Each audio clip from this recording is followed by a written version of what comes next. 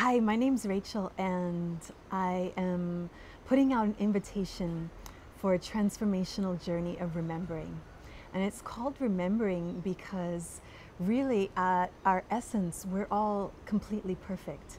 There's nothing to heal, there's nothing to fix, there's nothing to do, only to remember the truth, only to remember our divinity, only to remember the core of who we are before our mind, before this body, beyond all time and space, the essence of the truth of who we are.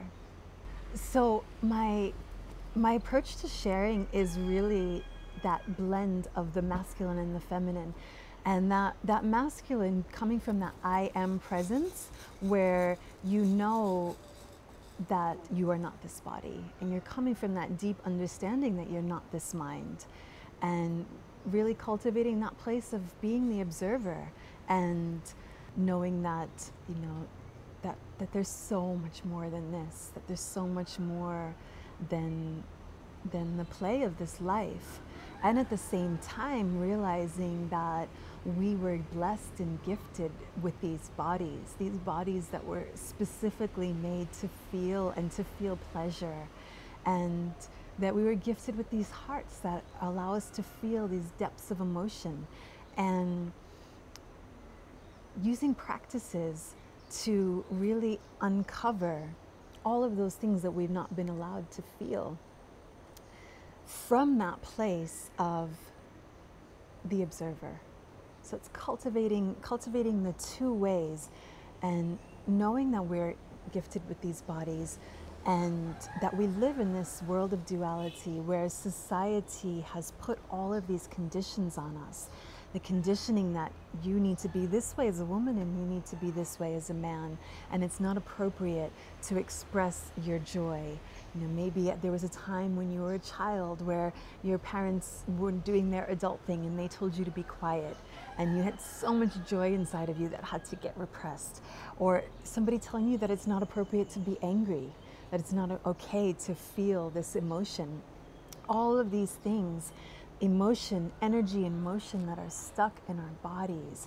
And also the illusion of separation. It takes so much energy to protect ourselves, to be separate, to hold together this illusion of separation, where on that very deep level we know that we are all one, that we are connected to all life, that we're connected to the plants and the trees and the birds and the bees and the flowers and all life.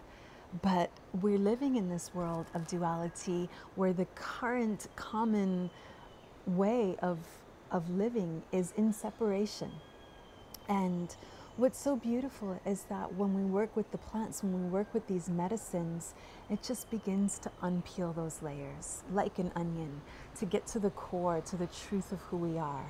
And in that way, we get to see our relationship. We get to see what our relationship is to ourself. We get to illuminate what our relationship is like, and all of the ways our relationships are out of harmony and balance with our parents, with our children, with our beloveds, with all of our friends, and our relationship to all life. Do we really come from that place of unity and love, embodying the pure love that we are? Or are we in judgment and in separation? So we get to see all of these ways that we are out of balance, that we're not walking from our deepest truth. And what I really feel passionate about sharing is working in such a sacred way with these medicines, with the grandmother and the grandfather, with complementary practices, to help us learn how to navigate in the realms that are opened, and to help us receive the most out of these ceremonies, as well as being able to have practical tools that will help us to integrate this teaching. Because that's the important part. Having a beautiful ceremony and receiving all of this insight and realization is great, but unless we're walking that in our lives, unless we're integrating this knowing in our lives, then there's really not that much point. And that's the beautiful thing about the medicine, is that we know on a mental level all of these things. We know on a mental level, many of us, that we're all one. But in the experience of dissolving in ceremony, we get to sometimes have that actual embodied experience of feeling that we are all one. And once we have that embodied experience, it's so much easier to integrate it. Once we have that experience of true unity, of dissolving the ego and separation in the mind, then we'll never be the same again. So I've done, I guess, what you could call an anthropological study of many different people and their experiences with medicine, their experiences with ayahuasca, and their experiences with San Pedro, and their experiences in ceremony, and what has worked for them, what has not worked for them, and what could make it better, what could make it more profound, what could make it truly life-changing. And I've been teaching workshops and retreats for many years around embodiment and around coming into the essence of who we are and releasing all of the stuck emotions and the story and being empowered on finding what is our true purpose and what is our true gift and how we can empower ourselves.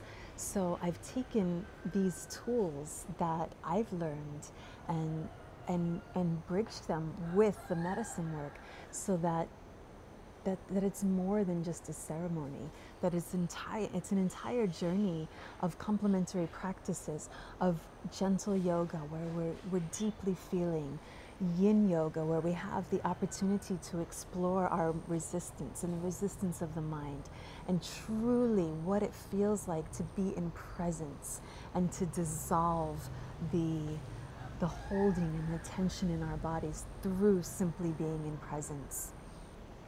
Breath work. Breath work helps to release the trauma that's stuck in our bodies.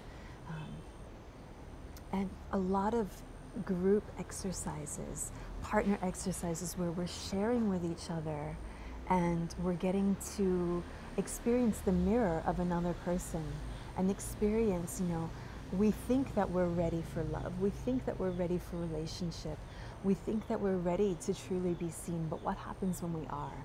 And we get to see those things super deeply with all of these complementary practices and to integrate the insights that we've received through these practices, through writing exercises, through many different things. And my intention and my prayer is to just step out of the way as much as I can, to really feel the energy in the group, to really feel the energy in the moment and what's necessary, and to pull from my magical tool belt the exercise and the experience that's going to help whoever shows up, and to really be a clear vessel and a clear channel for spirit and a clear channel for the spirit of the medicine to come through.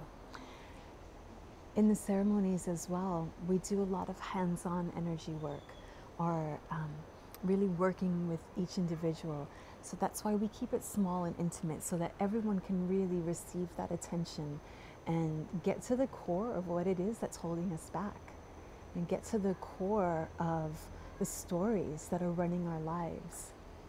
And through this place, and we leave with that feeling of expansion and freedom and purpose and the empowerment to really walk our path of service, to really listen to what is it that I am to do to make this world a better place, and how is it that I can serve my family and my beloveds and really activate that, and as we do, having that ripple out to all beings everywhere. I'm so excited to share my passion with this work. It is the mission that Spirit has given me, and it is so clear it's what I'm meant to be doing and what I'm meant to share. So you're so welcome to be in touch and to join us for all our relations. Ahom Takuyasin. Om Shanti. Shanti, Shanti.